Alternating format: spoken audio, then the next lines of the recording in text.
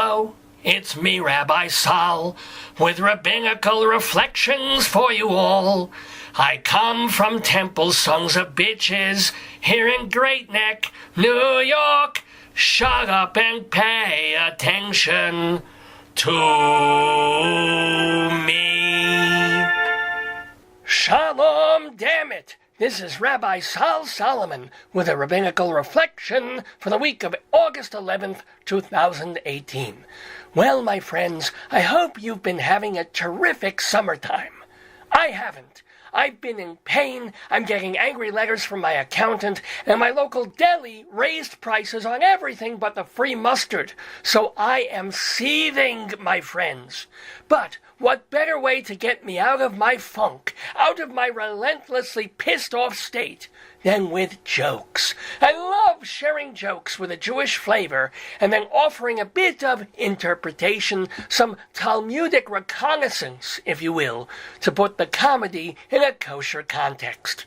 Full disclosure, this joke comes from the comedian Jackie the Joke Man Martling, who is not Jewish, but might be circumcised. It's about a guy who has suffered for years with terrible headaches. He's been to doctors, neurologists, acupuncture, meditation. Nothing helps. Finally, he visits a specialist who checks his eyes, checks his pulse, listens to his heart, and tells him, "Okay, I've got good news and I got bad news. The good news is you can cure your headaches completely, once and for all."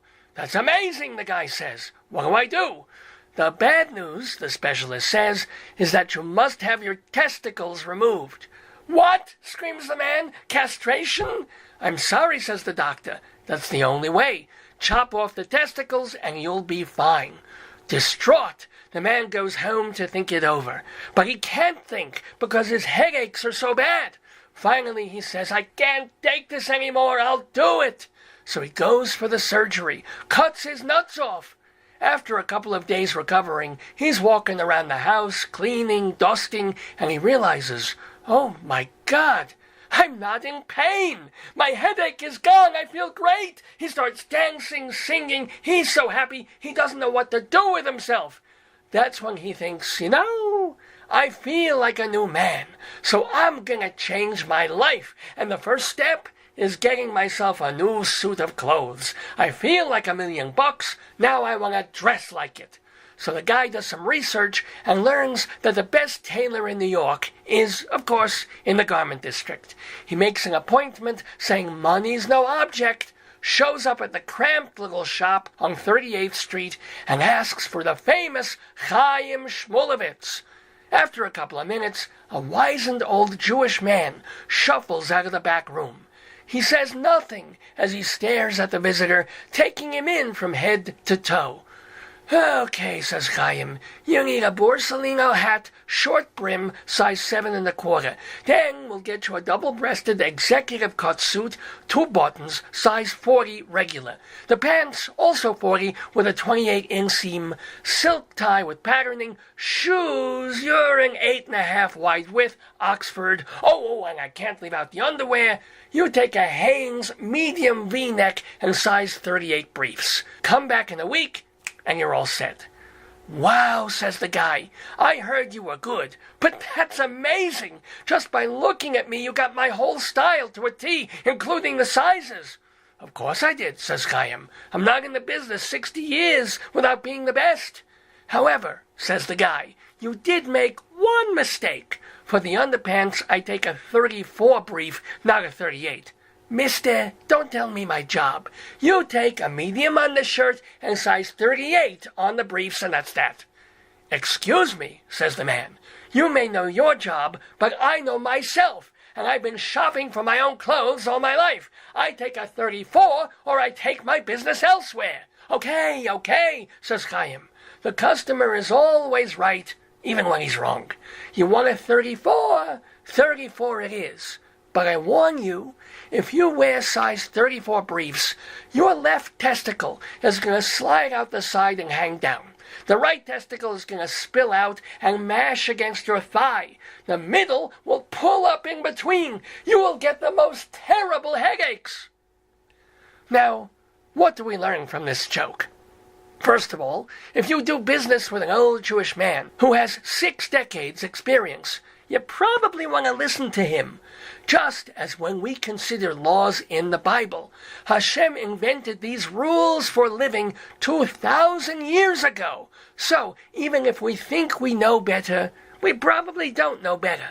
So, if you've been coveting thy neighbor's ox, even today, you're better off disregarding your neighbor and buying your own ox and getting therapy. We also learn from this joke that sometimes the solution to a problem is easier than you think. You just haven't faked it yet. God knows how many different chemical compounds Alexander Fleming was futzing around with before he came back from a vacation, saw a mold growing in a petri dish, and bing bang boom, goodbye syphilis. So, whenever you think you have a solution for a crisis, take one more moment to make sure you're not cutting off your beitzim to spite your punim. On to the next joke. Irving, my second cousin, is a very troubled man. Every night he gets drunk on Manischewitz, and then his wife starts yelling at him, "Oh, you're killing yourself with that alcohol. You keep drinking that much, you're gonna die." Finally, last week, Irving wakes up after passing out the night before, looks across the room, and starts to laugh. "Serves you right, Marjorie," he yells. "You're so worried about me killing myself with booze, but you're the one lying dead with your head bashed in." What do we learn from that joke? Nothing. We learn absolutely nothing from that horrible joke. Let us just move on.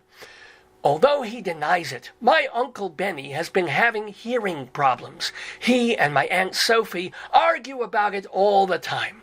Finally, she demands he visit an audiologist. Benny tells the guy, "I'm fine, there's no problem. I'm only here because my wife says she has seen some changes." "Oh," says the doctor, "can you describe the symptoms?" "Of course I can," my uncle says. "There's Homer, who's bald and yellow, his wife Marge, who has big blue hair." Ah, the vanity of older men. We don't want to admit that once we're 50, everything goes downhill faster than a raisinette falling out of the box and rolling under your couch. For many of us, admitting to a physical or mental weakness is tantamount to giving up. Today we spot one gray hair in the beard, tomorrow we're in a nursing home. But as we live longer and longer in the world, we have to get used to diminished capacity and asking for help when we need it. If you can't walk across the room without a cane, you don't vista weg forever in a chair, you grab a cane and walk. If you have diabetes, you poke your thumb every morning and get on with your day. If it's your anniversary and your wife wants a little fun, you take a blue pill, you wait an hour, and then you give her the best 2.5 minutes of her life. In all cases, you acknowledge the obstacle and then work your way around it. Just remember, whether it's diabetes, hearing, or headaches, change your underwear first. You never know. This has been a Rabbinical reflection from Rabbi Sol Solomon, Temple Sons of Bitches in Great Neck, New York.